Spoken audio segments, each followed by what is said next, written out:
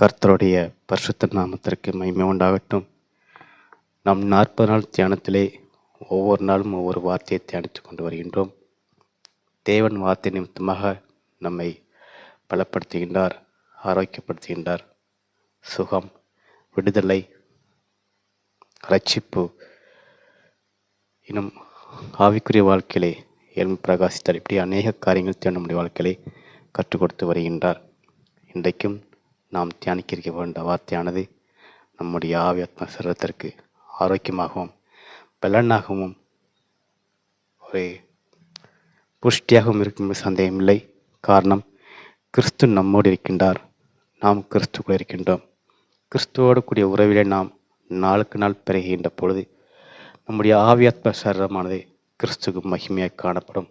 நம்மோடு கூட தேவன் வாசம் பண்ணுவார் என்று சந்தேகமில்லை. நாம் ஒவ்வொரு நாளும் தேவனுக்குள் எப்படி வளர வேண்டும் என்பதை நாம் கற்றுக்கொள்ள வேண்டும். தேவனோடு கூடிய உறவிலே நாம் பூர்ணப்பட வேண்டும். தேவனுடைய வார்த்தையை நாம் நீதியோடும் நியாயத்தோடும் நிதானத்தோடும் தியானிக்க வேண்டும். வெறுமணிக்காக நாம் வார்த்தையை மட்டும் கேட்பவர்கள் மாத்திரமல்லாமல் அந்த வார்த்தையின்படி நடக்கிறவர்களாக இருக்கின்ற பொழுது அந்த வார்த்தை நம்முடைய வாழ்க்கையிலே ஆரோக்கியமாகவும் சத்துவமாகவும் ஆரோக்கியமாகவும் சத்துவமாகவும் ஜீவனமாகவும் காணப்படும் சந்தேகமில்லை. ஆகவே வார்த்தையை உறுதியாய் தருங்கள், வார்த்தைகளை பலப்படுங்கள், வார்த்தைகளை எழும்பி பிரகாசிங்கள். கட்டாயம் உங்கள் வாழ்க்கை ஒரு ஜெயத்தை காணும். நாம் கண்மலையின் மேல் கட்டப்பட்ட வீடாக காணப்பட வேண்டும். தேவன் மிகுந்த ஒரு நல்ல ஒரு காரியம் அதுதான். 40 நாள் தியானத்திலே 17 நாட்களாக தேவனுடைய வார்த்தையை தியானித்துவிட்டோம். இன்றைக்கு நாம் 18வது நாட்களிலே வந்து நிற்கின்றோம். ஞாயிற்றுக்கிழமை தியானத்திலே தேவன் நல்ல ஒரு காரியத்தை கற்றுக் கொடுத்தால், ஆனால் அதை யூடியூப் சேனலில் அப்லோட் பண்ணலை. அதை இன்றைக்கி நாம் அப்லோட் பண்ணிடலாம். நீங்கள் ஜெபித்து கொள்ளுங்கள். அநேக காரியங்கள் நாம் சந்திக்கப்பட வேண்டும். ஆகவே எல்லாத்தையும் தேவனே பார்த்து கொள்ள வேண்டும் என்று ஜெபித்து கொள்ளுங்கள். என்னுடைய ஊழியத்திற்காக ஜெபித்து கொள்ளுங்கள். என்னுடைய ஜெப வாழ்க்கைக்காக ஜெபித்து கொள்ளுங்கள். என்னுடைய ஊழிய வாழ்க்கைக்காக ஜெபித்து கொள்ளுங்கள். குடும்பத்திற்காக ஜெபித்துக் கொள்ளுங்கள். உங்களுடைய ஜெபத்திலே என்னை மறந்து விடாதீர்கள். நாம் ஒன்றிணைந்து என்னுடைய சமூகத்திலே ஜெபித்து வந்தோம் என்று சொன்னால் கட்டாயம் கர்த்தர் பெரிய காரியங்களை செய்வார்.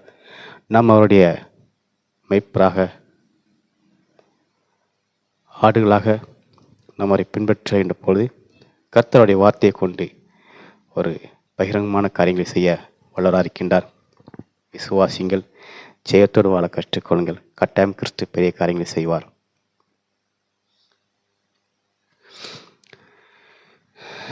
அந்த 40 நாள் தியானமானது நம்முடைய வாழ்க்கைக்கு மிக மிக முக்கியமான ஒரு காரியமாய் காணப்படுகின்றது. இன்றைக்கு நாம் வார்த்தைகளை அதிகமாக தேட வேண்டும். இன்றைக்கு வார்த்தைகளை தேடுகின்ற ஜனங்கள் சொற்ப ஜனங்களே. ஆகவே வார்த்தை அதிகமாக தியானிக்க நம்முடைய வாழ்வானது பலன் பெறும், சத்துவம் பெறும், ஆரோக்கியம் பெறும். யார் நம்மை குறித்து எதிர்கேள்வி கேட்க முடியாது.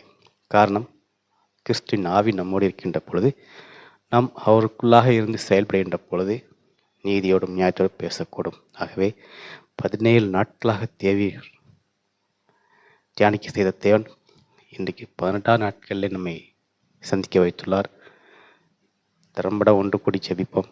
கட்டாயம் கர்த்தர் பெரிய காரியங்களை செய்வார். நாம் ஒரு ஜெபத்தை எடுக்கலாம். அன்பு நிறைந்த நல்ல ஆண்டவரே, இன்றைக்கும் நம்முடைய வார்த்தையை தியானிக்கப் போகின்றோம். அடியனை மறைத்து நீங்கள் வெளிப்படுங்க. தியானிக்கின்ற வார்த்தை எங்கள் ஆவி ஆத்மா சரத்துக்கு ஆரோக்கியமாக இருக்க உதவி செய்யும். எங்கள் வாழ்க்கைக்கு அது வழியும் சத்தியம் ஜீவனமாக இருக்க உதவி செய்யும். எங்கள் அடியனை மறைத்து நீங்களே வெளிப்படுத்துங்க. சுய சிந்தனையோடு சுயப்படுத்த பேசாமல் கிறிஸ்துக்குள்ளாகி மனத்தாழ்மையோடு பேச உதவி செய்யும். முற்றிலுமாக உங்கள் சமூகத்தை தாழ்த்தி அர்ப்பணிக்கிறேன். இயேசுவின் மூஞ்சிகள் இழப்பதாவே, ஆமேன். கர்த்தருடைய பரிசுத்த நாமத்திற்கு மகிமை உண்டாகட்டும். இன்றைக்கு நாம் தியானிக்க போகின்ற வார்த்தையானது எசேக்கியேல் 37ஆம் அதிகாரம் 26ஆம் வசனம் முதல் 28ஆம் வசனம் வரை நாம் பார்க்க போகின்றோம். நான் அவர்களோடு சமாதான உடன்படிக்கை செய்வேன், அது அவர்களுக்கு நித்திய உடன்படிக்கையாக இருக்கும். நான் அவர்களை நிலைப்படுத்தி அவர்களை வர்த்திக்க பண்ணி அவர்கள் நடுவிலே என் பரிசுத்த ஸ்தலத்தை என்னடிக்கும் ஸ்தாபிப்பேன். என் வாசஸ்தலம் அவர்களிடத்தில் இருக்கும். நான் அவர்கள் தேவனாயிருப்பேன், அவர்கள் என் ஜனமாயிருப்பார்கள். அப்படியே என் பரிசுத்த ஸ்தலத்தை அவர் நடுவிலே என்னடிக்கும் இருக்கும்போது நான் இஸ்ரவேல் பரிசுத்த பண்ணுகிற கர்த்தர் என்று ஜாதியில் அறிந்து கொள்வார்கள் என்கிறார் என்று சொல்லி நாம் பார்க்கின்றோம். ஹல்லேலூயா. பாருங்க, தேவனுடைய சமாதானத்தை நம்ம இடத்துல கொடுக்கின்றார். இஸ்ரவேல் ஜனங்கள் 40 நாள் வனாந்தரத்து வாழ்க்கையிலே தன்னுடைய ஜனங்களுடைய எல்லா விதமான காரியங்களும் கண்ட தேவன் சற்றும் முகங்கொடாமல் அவருக்கு சமாதானத்தை கொடுக்க வல்லவராயிருக்கின்றார். அவர் நடுவில் ஒரு நித்திய உடன்படிக்கை செய்ய வல்லவராயிருக்கின்றார். அதை நிலைப்படுத்த வல்லவராயிருக்கின்றார். அதை வர்த்திக்க பண்ணவும் வல்லவராயிருக்கின்றார். அது மாத்திரமல்ல, அவருக்கு மத்தியிலே என்னுடைய சபையை ஸ்தாபிப்பேன் என்று சொல்லி நாம் பார்க்கின்றோம். இந்த இடத்துல தேவனுடைய மகத்துவம் மிக மிக அழகாய் காணப்படுகின்றது.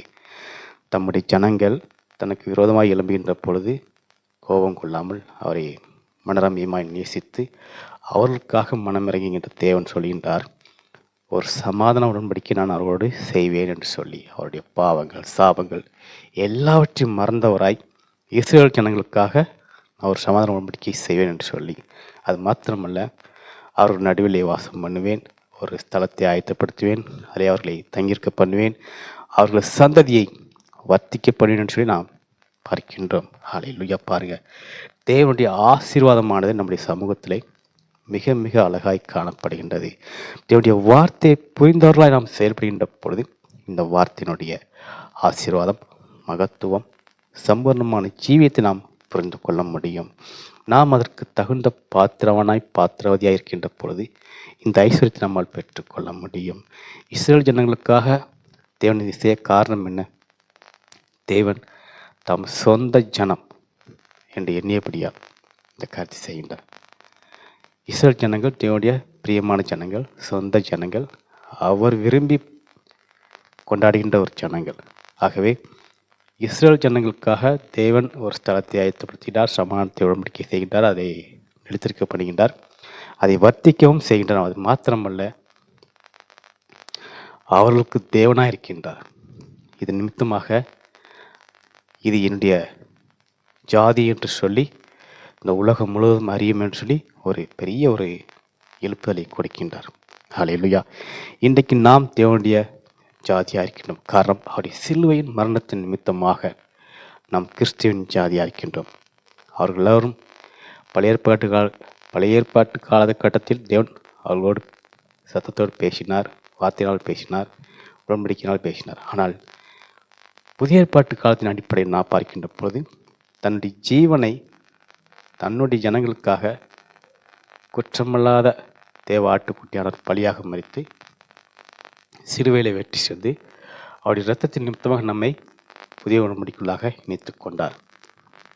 நாமும் தேவனுடைய ஜாதிதான். அவர்களை காட்டிலும் பரிசுத்தமான ஒரு ஜாதியாக நாம் காணப்படுகின்றோம். காரணம், கண்டு விசுவாசிப்பவர்களை காட்டிலும் காணாமல் விசுவாசிப்பவர்கள் மேலானவர்கள் என்று பார்க்கின்றோம். கிறிஸ்துவை நாம் யாரும் கண்டதில்லை. ஆனால் ஒவ்வொருவருக்கும் ஒவ்வொரு விதமான வெளிப்பாடு பட்சத்தில் நாம் தேவனை கண்டிருக்கலாம்.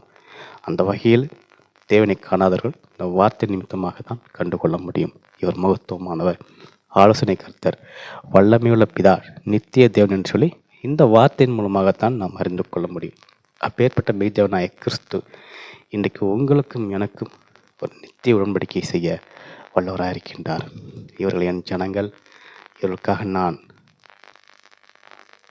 ஜீவனை கொடுத்தேன், என்னுடைய ஜீவனை கொடுத்து கிரயத்துக்காக மீட்கொண்டேன் என்று சொல்லி நான் புதிய ஏற்பாட்டிலே பார்க்கக்கூடும். அப்பேற்பட்ட தேவன் இன்றைக்கு இஸ்ரவேல் ஜனங்களுக்காக இந்த காரியத்தை செய்கின்றார். இத்தனை ஆண்டுகள் அவர்கள் பட்ட பாடுகள் போதும், வேதனைகள் போதும், துயரங்கள் போதும். இனி நான் அவர்களை கைவிடுவதில்லை. அவர்களோடு கூட சமாதான உடன்படிக்கை செய்து என் ஜனமாக ஏற்றுக்கொள்வேன், என் ஜாதியாக ஏற்றுக்கொள்வேன், என் கோத்திரமாக ஏற்றுக்கொள்வேன், என் பிள்ளைகளாக ஏற்றுக்கொள்வேன் என்று சொல்லி ஒரு நித்திய உடன்படிக்கையை செய்கின்றார்.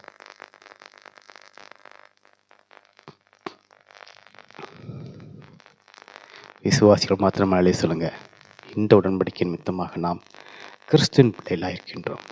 ஹல்லேலூயா. அது மாத்திரமல்ல, அவர் நம் மத்தியிலே உலாவுகின்றார், நமக்கென்று ஒரு ஸ்தலத்தை ஆயத்தப்படுத்துகின்றார், நமக்கென்று ஒரு ஸ்தலத்திலே குடியிருக்க பண்ணுகின்றார், நமக்கென்று ஒரு மகத்துவமான கிருபையிலும் சமாதானத்தையும் நித்தியம் மகிழ்ச்சியும் கொடுத்து ஆசீர்வதிக்கின்றார். அது மாத்திரமல்ல, நாம் அவருடைய ஜனமாக இருப்போம். அவர் நம்முடைய தேவனாக இருந்து நம்மை ஆசீர்வதிக்க வல்லவராக இருக்கின்றார். ஹல்லேலூயா. பாருங்க, பரிசுத்த ஸ்தலம் எப்பொழுதும் என்றென்றைக்கும் அவர்களுடைய இருக்கும் என்று சொல்கின்றார். நான் அவர்களை சுத்தம் பண்ணுகின்ற கர்த்தர் என்று எல்லோரும் அறிந்து கொள்வார்கள் என்று சொல்லி நாம் பார்க்கின்றோம். பாருங்கள், மனமிறங்கியவர், மனமிறங்கி ஏற்றுக்கொண்டவர், மனமிறங்கி ஏற்றுக்கொண்டு அவர்களே நிலைக்க செய்தவர், மனமிறங்கி ஏற்றுக்கொண்டு நிலைக்க செய்து அவர்களை வர்த்திக்க செய்தவர், மனமிறங்கி ஏற்றுக்கொண்டு நிலைக்க செய்து வர்த்திக்க செய்து அவர்களை மத்தியிலே ஒரு ஸ்தலத்தை உண்டு பண்ணவர் சொல்கின்றார். என்றென்றைக்கு நான் இஸ்ரவேல் ஜனங்களை சுத்தம் பண்ணுகின்ற கர்த்தர் என்று அறிந்து கொள்ளார் என்று சொல்லி பாருங்கள். இந்த மகத்துவம், இந்த ஆசீர்வாதம் யாருக்கு கூடும்? கிறிஸ்துவை ஏற்றுக்கொண்ட ஒவ்வொரு தேவை பிள்ளைகளும் கிறிஸ்துவின் பிள்ளைகள் தான். இன்றைக்கு ஆண்டவர் அந்த மகத்துவம், அந்த ஆசீர்வாதத்தை உங்களுக்கு கொடுக்க வல்லவராக இருக்கின்றார்.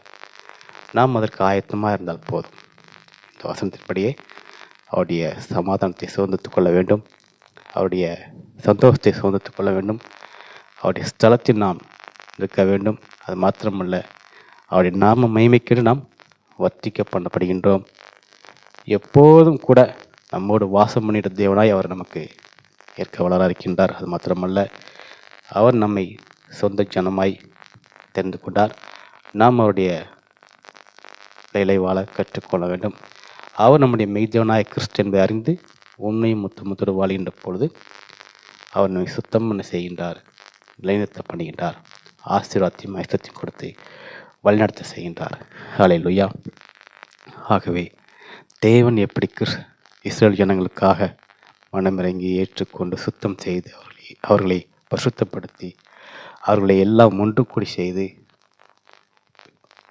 கிறிஸ்துவை பரிசுத்தர் பரிசுத்தர் என்று அறிக்கை செய்து அவர்களுக்கு தேவனாகவும் அவர்கள் கிறிஸ்துவுக்கு பிள்ளைகளாக இருந்தது போல இன்றைக்கு நாமும் கிறிஸ்துக்குள்ளாக அவருடைய வார்த்தை நிமித்தமாக பலப்பட்டு ஆரோக்கியப்பட்டு போராடப்பட்டு அவருக்குள்ளாக நாம் காத்திருக்கின்ற பொழுது கட்டாயம் கிறிஸ்து நம்மை பெரிய ஜாதியாக மாற்றுவார், மணலைப் போல பெருக செய்வார். இந்த இடத்துல ஆபிரகாமுக்கு கொடுத்த உடன்படிக்கையை தேவன் நினைவு கூறுகின்றார். வர்த்திக்க பண்ணுவேன் என்று சொல்லி ஆபிரகாமுக்கு தேவன் கொடுத்த ஒரு வார்த்தை, வானத்தை பார், கீழே பார், இதை போலதான் உன் ஜனத்தை பெருக செய்வேன் என்று சொல்லி அதே போலதான் இஸ்ரவேல் ஜனங்களிடத்தும் தேவன் சுட்டி காட்டுகின்றார். இன்றைக்கும் தேவன் இந்த உலகத்தில் இருக்கிற அத்துணை ஜனங்களும் கிறிஸ்டியன் ஜனங்கள் தான். கொள்கையாலும் கோட்பாடினாலும் நாம் மாறுபட்டு காணப்பட்டாலும் நாம் எல்லோரும் அவருடைய பிள்ளைகள் தான். ஆகவே தேவனால் தெரிந்து கொண்ட பாத்திரம் மாத்திரம் இன்றைக்கு தேவனுடைய சமூகத்தில் நிலைத்து நிற்காங்க. அந்த ஜனங்களை பார்த்தான் தேவன் சொல்கின்றார், உன்னோடு கூட நான் சமாதான உடன்படிக்கை செய்வேன் என்று சொல்லி, உன் மத்தியிலே ஒரு ஸ்தலத்தை உண்டு போனேன் என்று சொல்லி, உன்னை வர்த்திக்க பண்ணுவேன் என்று சொல்லி, அது மாத்திரமல்ல, நீங்கள் என் ஜனமாயிருப்பீர்கள், நான் உங்கள் தேவனாயிருப்பேன் என்று சொல்லி, இது நிமித்தமாக இஸ்ரவேல் ஜனங்கள் மத்தியிலே ஸ்தலத்தை உண்டு பண்ணினவர் இஸ்ரவேல் ஜனங்களை சுத்தம் பண்ணுகிறவராக இருக்கின்றார் என்று சொல்லி எல்லாரும் அறிந்து கொள்வார்கள் என்று சொல்லி நமக்கு தேவன் உத்தரவாதம் கொடுக்கின்றார். அதே போல நாமும் அவர்களை இயேசு கிறிஸ்துவை ஏற்றுக்கொண்டு அவர்களாக வளர்ந்து திருவசனமாக ஞானப்பலை உட்கொண்டு வருகின்ற பொழுது நாம் கிறிஸ்துக்கு மகிமையான ஒரு பாத்திரமாய் மாற முடியும், கிறிஸ்துக்கு பிரியமான ஒரு பாத்திரமாக மாற முடியும். ஹல்லேலூயா. எவ்வளோ பெரிய ஒரு கிருபை பார்த்தீங்களா? எவருக்கும் கிடைக்காத ஒரு சிலாக்கியம். இன்றைக்கு உனக்கும் எனக்கு சமாதானத்தை உடன்படிக்கை செய்கின்றார். ஒருவேளை உங்கள் வாழ்க்கையில் சமாதானமே இல்லாமல் நீங்கள் வாழ்ந்து வரலாம், உறவுகள் உங்களை விட்டு பின்மாற்றமான ஒரு வாழ்க்கையை வாழ்ந்து வரலாம், அல்லது எல்லோரையும் இழந்தவர்களாய் நீங்கள் வாழ்ந்து வரலாம். இன்றைக்கி ஆண்டவர் உங்களை பார்த்து சொல்கிறார், உன்னோடு கூட நான் சமாதானத்தை உண்டு பண்ணுகிறேன் என்று சொல்லி, உன்னோடு கூட சமாதான உடன்படிக்கை செய்வேன் என்று சொல்லி, நீங்கள் அவரோடு கூட சமாதான உடன்படிக்கை செய்து கொண்டால் உங்கள் வாழ்க்கை செழிக்கும், நீங்கள் வர்த்திக்க பண்ணுவீர்கள். எவராலும் கொடுக்க முடியாத ஆசீர்வாதம், ஐஸ்வர்யம், சமாதானம் உங்கள் தலையின் மீது தங்கியிருக்கும். விசுவாசிகள் மாத்திரம்தான் இந்த காரியங்கள் புரியும். தேவனோடு கூடிய ஆவியில் நினைத்திருக்கிறவர்கள் மாத்திரம்தான் இந்த காரியங்கள் புரியும். சமாதானம் உண்டு பண்ணுகின்ற தேவன் சமாதானத்தை உங்களோடு செய்ய வல்லவராக இருக்கின்றார். எத்தனையோ ஒரு அவமானத்துக்குள்ளாக நாங்கள் கடந்து வரலாம். என்னோடு கூட சில நபர்கள் பழகி வந்தார்கள், நன்றாக பழகி வந்தார்கள். என்னோடு கூட ஒன்றாக சாப்பிடுவார்கள், ஒன்றாக வருவார்கள், எல்லா கருத்தும் எனக்காக கை கொடுப்பார்கள். கடைசியில் அவர்கள் எனக்கு செய்த ஒரு காரியம் துரோகம். அந்த துரோகத்தின் சூழ்ச்சிதான் என்பதை நான் அறியாமல் அவரோடு பழகினபடியால் துரோகத்தில் விழுந்து அவமானப்பட்டு வேதனைக்குள்ளாக கடந்து மீண்டுமாக தேவனுடைய சமூகத்திலே கர்த்தாவே இந்த வேதனை நேற்று நீங்கும் என்று கதறுகின்ற பொழுது தேவன் கொடுத்த ஒரு அழகான ஒரு வார்த்தை, ஆரம்பம் அற்பமானாலும் முடிவு சம்பரணமாக இருக்கும் என்று சொல்லி,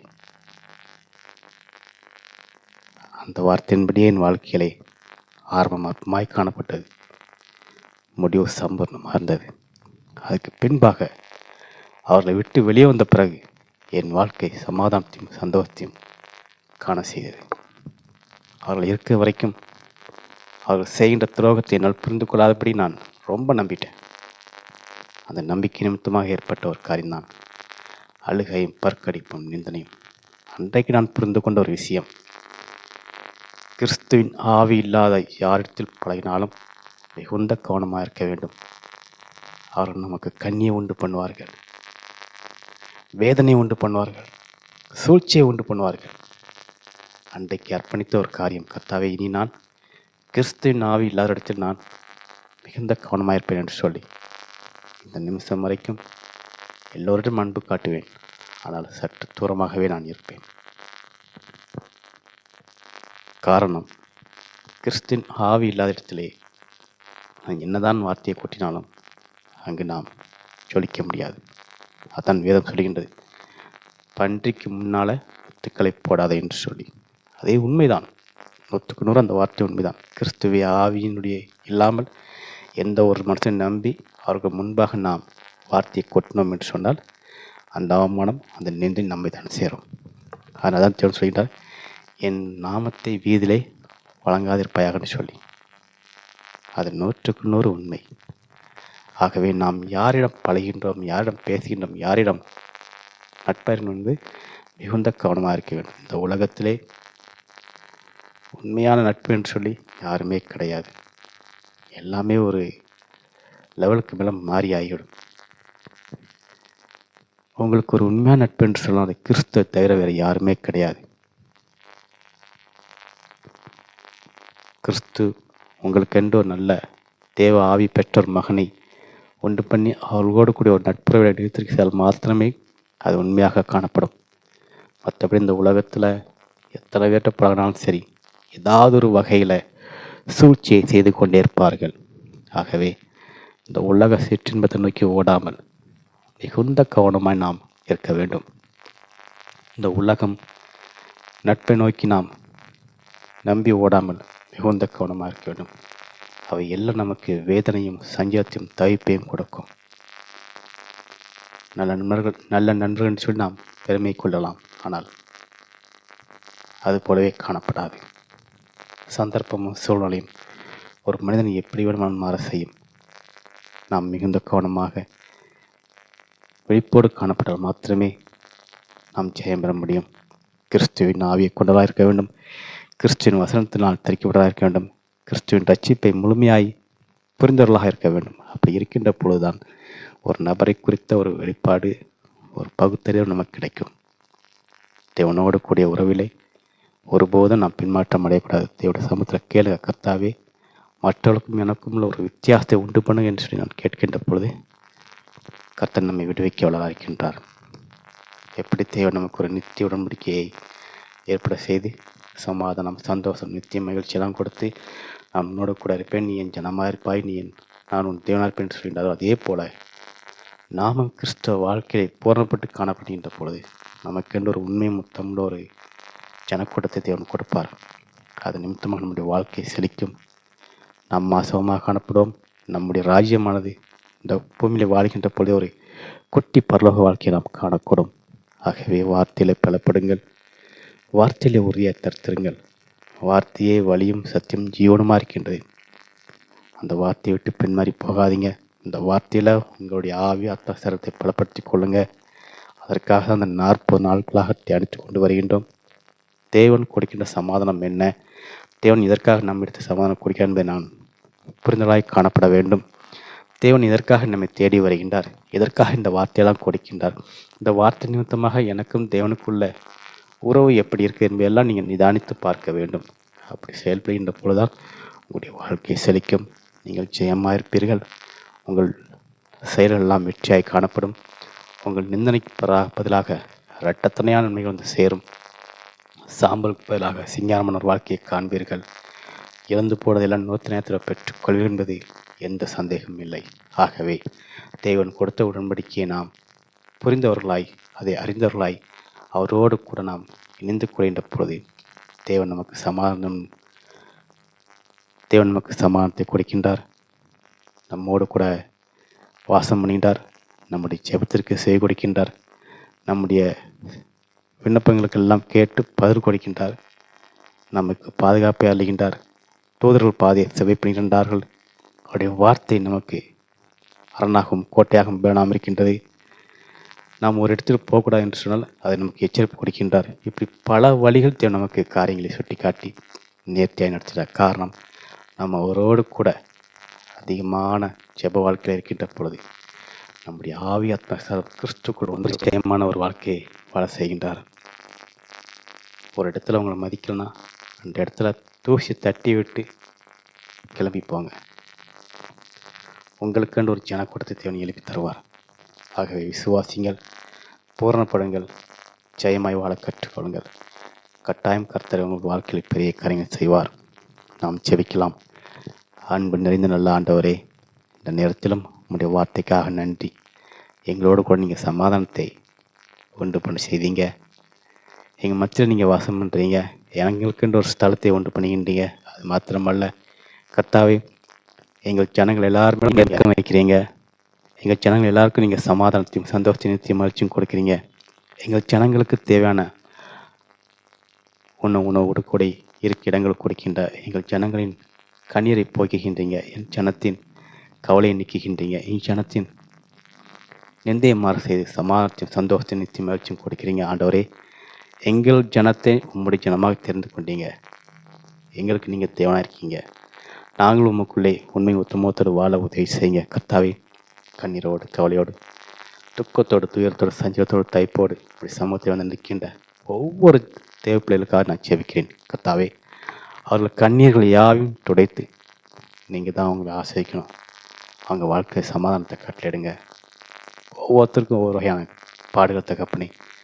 கடன் என்னும் பாடு, வியாதி என்னும் பாடு, குழந்தை பாக்கியம் என்னும் பாடு, நிந்தை என்னும் பாடு, அவமானம் என்னும் பாடு, வேலை இல்லாத பாடு, கர்த்தாவே வருமானம் இல்லாத பாடு, தொழில் முன்னேற்றம் இல்லாத பாடு, இப்படி ஒவ்வொரு வகையான பாடுகள் இருக்கின்றது சாமி. அந்த பாடுகள் எல்லாம் எங்கள் செய்து உங்களுடைய பிள்ளைகளுக்கு நித்திய வாழ்வை கொடுத்து நீர் ஆசைக்கிறாக. உங்களுடைய ஜனமாக நீங்கள் தெரிந்து கொண்டது போல, உங்களுடைய ஜனத்தை நான் வட்டிப்பேன் என்று சொல்லப்பட்ட போல, உங்களுடைய ஜனத்தை நான் சமாதானத்தை செய்வேன் சொல்லப்பட்டது போல, அந்த வார்த்தையின்படியே என் ஜனங்களுக்கு வீடுவாசல் உண்டு பண்ணுகிறாக, சமாதானத்தை உண்டு பண்ணுகிறாக. அவர்களை இந்த உலகம் முழுதும் வர்த்திக்க செய்கிறாக. ஆசீர்வாதத்தை மகிழ்ச்சியை பெற்றுக்கொள்ள உதவி செய்கிறாங்க. இந்த வார்த்தை நிமித்தமாக எங்கள் ஆவியாத்ம சரம் பலன் பெற உதவி செய்கிறாங்க. நீங்களே முன்வந்து எங்களை பலப்படுத்தும், ஆரோக்கியம் பண்ணும், பாதுகாத்து கொள்ளுங்க தகப்பன். இனி இருக்கின்ற 30 நாட்கள் தகவலின் நீதியோடும் நியாயத்தோடு பேச உதவி செய்யுங்க. கர்த்தாவே, நாங்கள் 18 நாட்களாக உங்களுடைய சமூகத்தில் வந்துவிட்டோம். இனி இருக்கின்ற 22 நாட்கள் நீதியோடும் நியாயத்தோடும் நிதானத்தோடு பேச உதவி செய்யுங்க. நீங்கள் தான் வழி நடத்தணும், நீங்கள் தான் பலப்படுத்தணும், நீங்கள் தான் எங்களை ஆரோக்கியப்படுத்தணும் சாமி. இந்த உலகத்தில் எங்களுக்கென்று யாரு கிடையாது கர்த்தாவே. நாங்கள் யாரை நம்பினாலும் எங்களுக்கு கிடைப்பது நிந்தையும் அவமானமும் வேதனை மாத்திரமே. ஆகவே நீங்கள் எங்களை கரம் பிடித்து நடத்துங்க. நீங்கள் எங்கள் கரம் பிடித்து செயல்படுத்துங்க. நீங்கள் கரம் பிடித்து காரியத்தை வாய்க்க பண்ணுங்க. உம்முடைய கருத்திற்குள்ளாக நாங்கள் இருக்கின்ற பொழுது எந்த ஒரு பாடுகளும் எங்களை வீழ்த்த முடியாது. ஆனால் நாங்கள் உம்முடைய கருத்தை பற்றி நடக்கின்ற பொழுது இந்த உலக சிற்றின்பத்திற்காகவும் பாடுகளாக நாங்கள் எங்களுடைய வாழ்க்கையை விட்டுவிட்டு பின்மாறிவிடும் கர்த்தாவே. ஆகவே எங்களை கரம் பற்றி நடத்தும். இந்த உலகம் எங்களை வெறுத்தாலும் நீர் எங்களை வெறுக்காமல் நித்திய ஆசீர்வாதத்துடன் சமாதானத்தோடு வாழ செய்வீராக. கர்த்தாவே, இந்த நிகழ்ச்சியை பார்க்கின்ற கேட்கின்ற ஜனங்களுக்கு சமாதானத்தை அருளி செய்வீராக. நீங்களே நடத்துங்க, பொறுப்படுத்துங்க, பாதுகாத்துக் கொள்ளுங்க. உமக்குள்ளே உண்மையோட உத்தமத்தோடு வாழ உதவி செய்யுங்க. இயேசு என்னும் வல்லமுள்ள நாமத்திற்கு நல்ல பிதாவே, ஆமென். கர்த்தருடைய பரிசுத்த நாமத்திற்கு மகிமை உண்டாகட்டும். இயேசு அன்பர் ஒழித்துக்காக ஜெபித்துக் கொள்ளுங்கள். ஜெபத்திலே உறுதியாய் தரித்திருங்கள். கட்டாயம் கிறிஸ்துவ உங்கள் வாழ்க்கையில் ஒரு பெரிய காரியங்களை செய்வார் என்று சந்தேகமில்லை. கர்த்தர் தாமே நம் எல்லோரும் ஆசீர்வதிப்பாராக. ஆமென்.